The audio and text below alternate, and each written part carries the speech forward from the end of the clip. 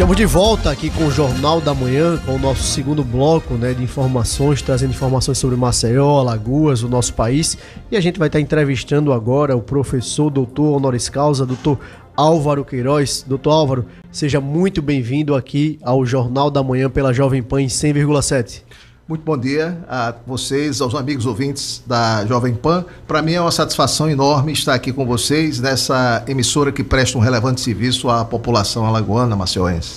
Doutor Álvaro Queiroz, tem se discutido muito a questão desse embate entre Israel, Palestina, Hamas.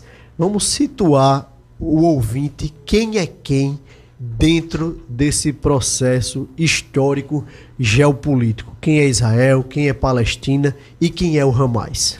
Vamos lá. Israel é um Estado nacional, que foi criado pela Organização das Nações Unidas, pela ONU, em 1948, logo após a Segunda Guerra Mundial, quando estava havendo uma grande comoção pelo povo de Israel, em virtude do Holocausto nazista durante a Segunda Guerra, as grandes perseguições, os campos de concentração. Então, naquele momento, estava havendo uma comoção imensa em torno do povo judeu. Então, a ONU pensou em criar um Estado judeu e um Estado palestino. Naquele momento, a terra chamada de Palestina é um nome dado pelos gregos lá atrás, tá certo? Na época da dominação grega de Alexandre o Grande, da Macedônia, e depois, na época do Império Romano, aquela terra foi batizada de Palestina, mas o nome original é Canaã, que era a terra dos cananeus, que foi depois invadida e ocupada pelos judeus, tá certo? Então, os judeus saíram de lá na época das guerras judaicas contra o Império Romano, no ano 70. A cidade foi sitiada, Jerusalém, e os judeus se dispersaram pelo mundo. A terra, ficaram poucos judeus, poucas famílias lá, e a terra ficou praticamente desabitada, desocupada, Então, na Idade Média, houve o surgimento da religião islâmica, no século VIII. A religião islâmica se expandiu, saiu de lá, da Arábia, e se expandiu por toda aquela área do Oriente Médio, norte da África.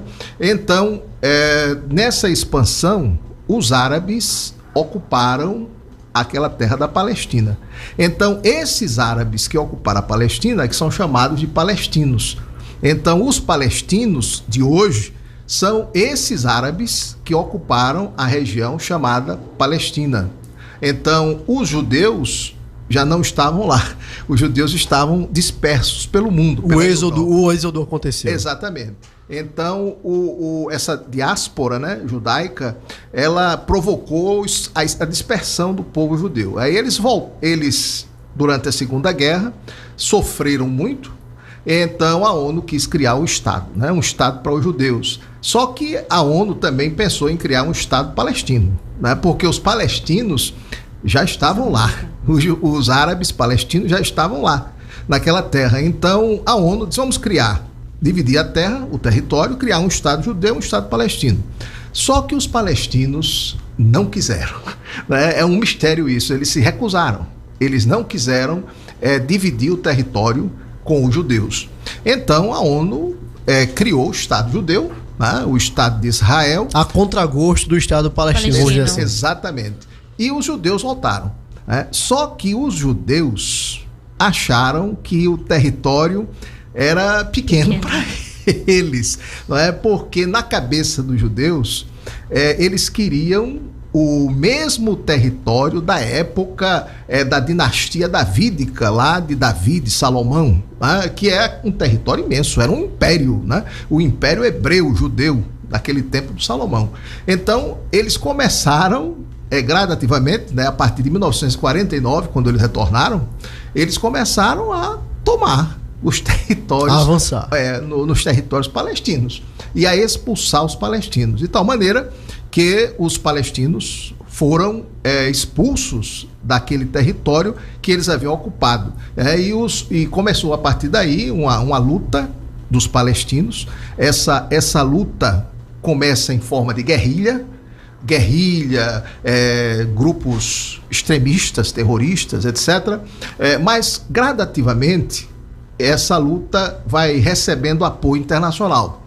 E, com esse apoio internacional, a ONU resolve criar uma semente de um Estado nacional, que é chamada de Autoridade Palestina.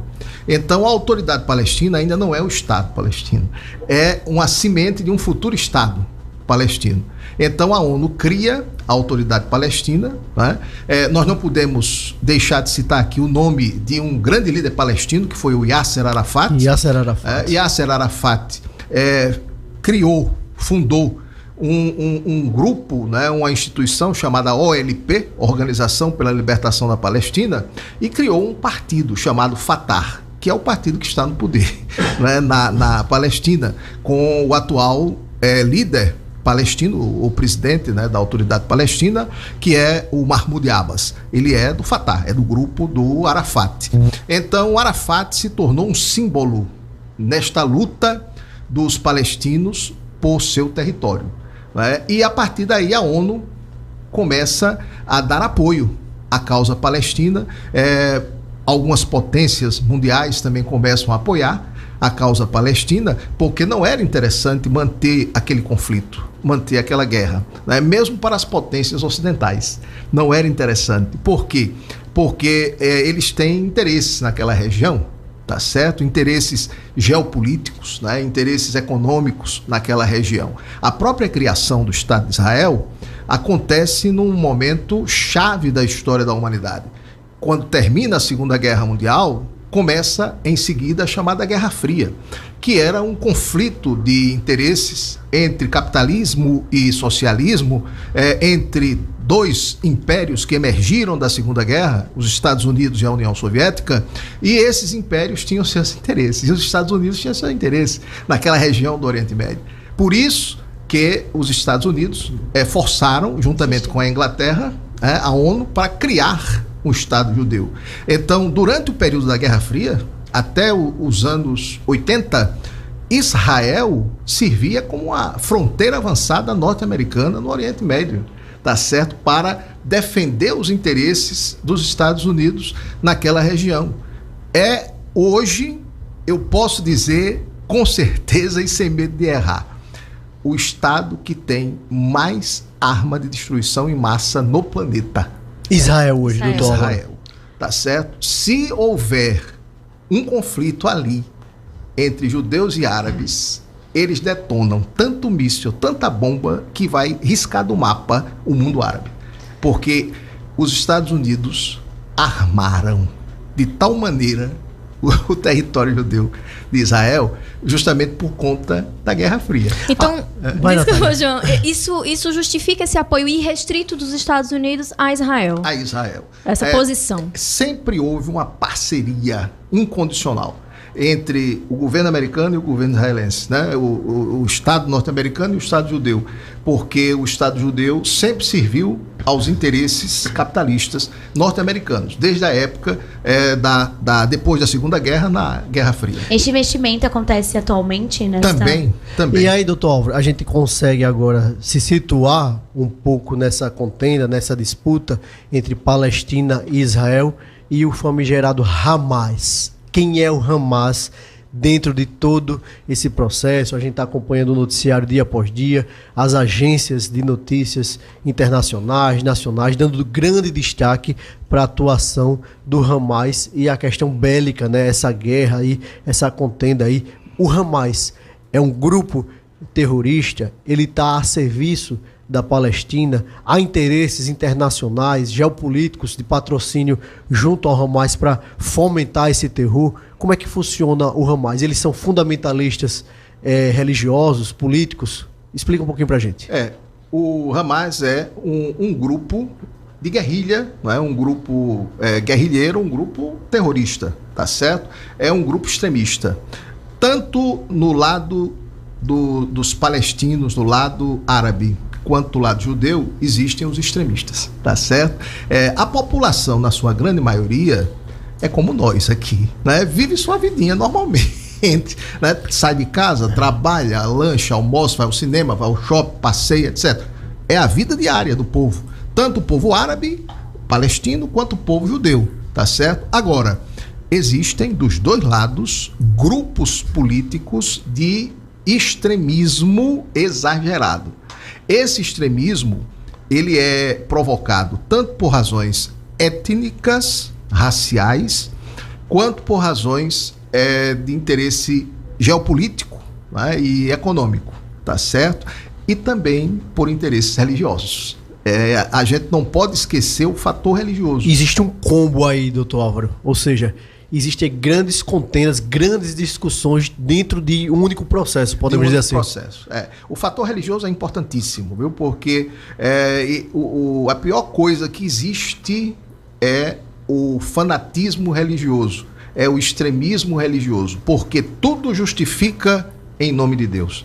Então, a pior coisa que existe é o extremismo, é o fanatismo religioso, porque por pior que seja o ato, ele está justificado, porque é uma causa de Deus, não é? Então, é terrível isso. Dos dois lados existem esses fanatismos, esses extremismos. Está aí o exemplo do Hamas. Não é o único grupo, não é? Você tem, por exemplo, Hezbollah, que é um outro grupo também extremista, e grupos dos dois lados que fomentam esse conflito, essa guerra, que, diga-se de passagem, é uma guerra entre irmãos, né? Já que a gente está falando aqui do fator religioso, as duas raças, os dois povos, judeus e árabes, eles descendem do patriarca Abraão, tá certo? São filhos de Abraão, portanto são irmãos de sangue, de mesmo DNA. É uma mesma raça chamada semita. Então são povos de origem semita, judeus e árabes, que não justifica essa briga toda, essa guerra. É uma guerra entre irmãos, uma guerra de família. Doutor, uma briga de família. É como a gente costuma dizer, é uma guerra santa. É uma guerra santa onde todo mundo tem razão e a gente começa a guerrear e aí se pergunta, se questiona para quem, por quê, por quem eu estou fazendo essa guerra. Você termina perdendo o sentido da guerra. Se passa anos, décadas e ali não se sabe mais por que você está guerreando, o objetivo disso aí, e você cai na seara que vem acontecendo atualmente. É verdade. Então, como eu estava dizendo, né, esse fator religioso é decisivo, né, porque os árabes justificam a posse da terra em nome da religião. Os judeus também, né, porque ambos descendem de Abraão. E quando Deus chama Abraão e dá a terra, ele diz, é da tua descendência, só que Deus não especificou se judeu ou se árabe, tá certo? Então, todos são descendentes, todos têm direito ao acesso à terra. E essa subjetividade, doutor Álvaro, gera essa guerra, ou seja, quem tem razão nessa guerra? A gente consegue chegar a uma definição. E aí todos querem falar em nome de Deus, né? E também vem uma ganância do ser humano, né? Já que querem cada vez mais território. Ambos os lados querem avançar mais, né? Tinha o Estado de Israel, a Palestina não acertou, então todo mundo quer o território inteiro para si. Então, para além também dessa questão ideológica, dessa questão religiosa, tem a ganância do ser humano, João. É verdade. Doutor Álvaro, a gente tem alguns questionamentos que a gente começa a receber no nosso WhatsApp, na nossa caixinha de perguntas lá da Folha de Alagoas, e tem se questionado bem assim, existe hoje a problemática entre Ucrânia e a Rússia. E aí, qual é a questão? Isso pode ter sido uma ação, por exemplo, da Rússia em fomentar o Hamas ou outros grupos para ali você chamar a atenção dos Estados Unidos, começar a fomentar belicamente Israel e esquecer um pouco a questão da Ucrânia e ali a Rússia, em paralelo a isso, conseguir avançar em relação ao território ucraniano. Tem muitos questionamentos nesse sentido. Essa guerra geopolítica, será que não é uma isca ali ucraniana e de outros setores, por exemplo, como a China, podemos dizer também assim, em relação a essa questão da Palestina, Hamas em Israel também, essa discussão? Existe essa possibilidade, mas é só uma possibilidade. A gente não tem como afirmar, nem como negar categoricamente, né? Porque até agora não há nenhum dado plausível, cabal, né? Nenhuma prova realmente cabal para isso. A gente aventa essa possibilidade. Não é? Pode acontecer isso? Pode. Pode ter acontecido, pode estar acontecendo? Pode. Agora, não é uma certeza, tá certo? Porque não há uma documentação plausível. Pode ser que daqui a 10 anos, 20 anos, né? Porque a história depende muito do decorrer do tempo, né? A visão da história é a visão de uma época. Então, a visão que nós temos hoje, por exemplo, do Holocausto Judeu na Segunda Guerra é uma, daqui a 100 anos vai ser outra. Tá? Então, é muito interessante isso. Aí a gente não sabe hoje qual é realmente a situação. Se há esse fomento por parte da Rússia, de outras potências, né, da China, etc., para desviar um pouco a atenção da situação da Ucrânia, né? Que ali é uma situação muito parecida, né? Porque russos e ucranianos são povos eslavos, ou seja, são povos irmãos também, né? É uma briga de família. Professor, como a faixa de Gaza, uma das áreas de conflito, está relacionada nessa disputa em geral? E no caso, né, Cisjordânia, que também é uma região chave neste conflito. Quem deve controlar e como essa situação deve ser resolvida? Temos uma resolução? Na verdade, existem os territórios dos estados nacionais, né? Então, você tem, por exemplo, a faixa de Gaza pertence à autoridade palestina, tá certo? E a Cisjordânia é uma outra região que pertence a um outro estado nacional. Então, cada estado nacional tem o seu povo, o seu território e o seu governo. Então, ali naquela área, todos aqueles povos, à exceção do Estado de Israel, todas as outras nações são povos de origem árabe, tá certo? A gente tem ali o Estado de Israel cercado por povos árabes, estados árabes, por todos os lados, norte, sul e leste. Só não é oeste, porque o oeste é o mar, né? É o mar Mediterrâneo. Mas norte, sul e leste, cercado ali, Israel está cercado pelos povos árabes. Então, nós não temos assim a certeza do que é que vai rolar, do que é que pode acontecer. Não é? Mas a gente sabe que a faixa de Gaza, pertencendo à Palestina, que já foi invadida por Israel também, né? Na Guerra dos 6 Dias, Israel tomou a faixa de Gaza, mas depois, através de acordos, devolveu ao mundo árabe palestino, né?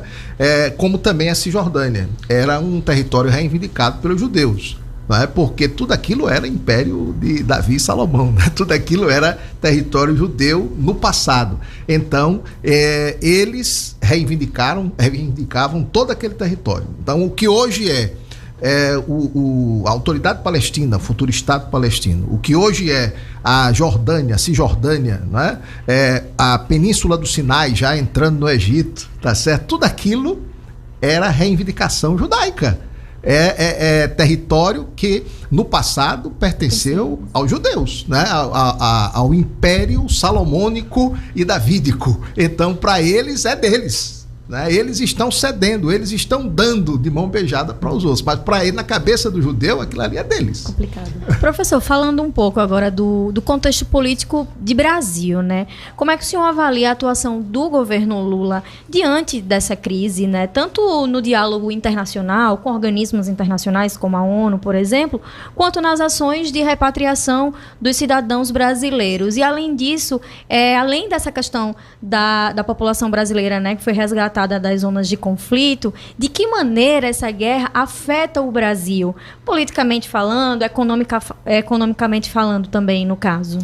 Veja bem, o Brasil tem uma posição muito clara e definida, né? Porque foi um dos maiores articuladores para a criação do Estado de Israel, né? Através do nosso chanceler, embaixador Oswaldo Aranha, né? Que foi um dos grandes defensores da criação do Estado judeu. Então, o Brasil sempre defendeu a criação do território judeu, né? Do Estado de Israel. Porém, o nosso governo sempre teve uma visão também muito complacente em relação aos povos árabes palestinos, tá certo? Então, o governo brasileiro toma geralmente uma posição pela paz. Geralmente, o nosso governo é contra toda e qualquer atitude belicosa, né? Contra toda e qualquer atitude terrorista, atitude radical, né? Então, atualmente, a nossa posição, a posição do nosso governo é essa. É uma posição que nem é apoiando favoravelmente totalmente a judeu, nem a árabe palestino. Agora, é uma posição de condenação da violência. O governo brasileiro condena todo e qualquer tipo de violência contra crianças, jovens, civis, pessoas que não têm nada a ver e que estão lá no meio do fogo cruzado entre judeus e palestinos, não é? E o Hamas. E o governo brasileiro também tem uma posição muito clara com relação ao terrorismo, né? Que é radicalmente contra. Então, o Brasil, ele mantém a sua posição diplomática e tem feito assim um esforço hercúleo para repatriar, né, os brasileiros que vivem naquelas áreas de conflito, que estão sofrendo, estão correndo risco, claro, porque quando se joga uma bomba, você não está escolhendo quem é que vai morrer, não. Né? A bomba explode e mata todo mundo. Né? Então, o governo brasileiro tem feito um esforço muito grande para agir com muita rapidez, né? E com muita presteza para trazer esses nossos compatriotas de lá para a sua pátria, né? Doutor Álvaro Queiroz, eu costumo dizer, Nicole, Natália, querido ouvinte, que conversar, bater um papo com o doutor Álvaro Queiroz é sempre uma aula. Não é uma entrevista, é uma aula de história, de geopolítica, é sempre muito esclarecedor. Quero agradecer demais, doutor Infelizmente, Álvaro o nosso tempo é bem muito restrito, curto, né, É muito João? curtinho. E, professor Álvaro, quero deixar um espaço aqui para suas considerações finais do Jornal da Manhã da Jovem Pan em 100,7. Bom, eu quero agradecer, né, a Jovem Pan, esse espaço maravilhoso, dada a importância que tem essa emissora, a audiência que tem a emissora. Então, esse momento é um momento extremamente relevante para a nossa população ter um esclarecimento, ter uma visão daquilo que está acontecendo, tanto sob o ponto de vista do presente quanto do passado histórico. Então, muito obrigado a vocês por esse espaço e essa oportunidade. E coloco à disposição da emissora para outras oportunidades de estar aqui.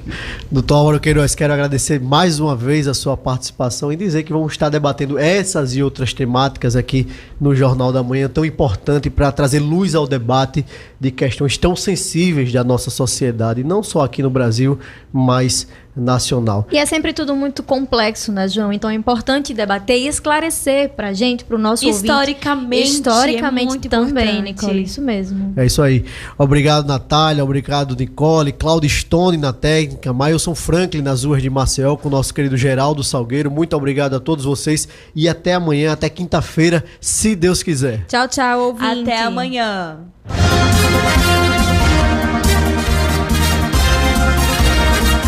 Você ouviu Jornal da Manhã, edição Maceió.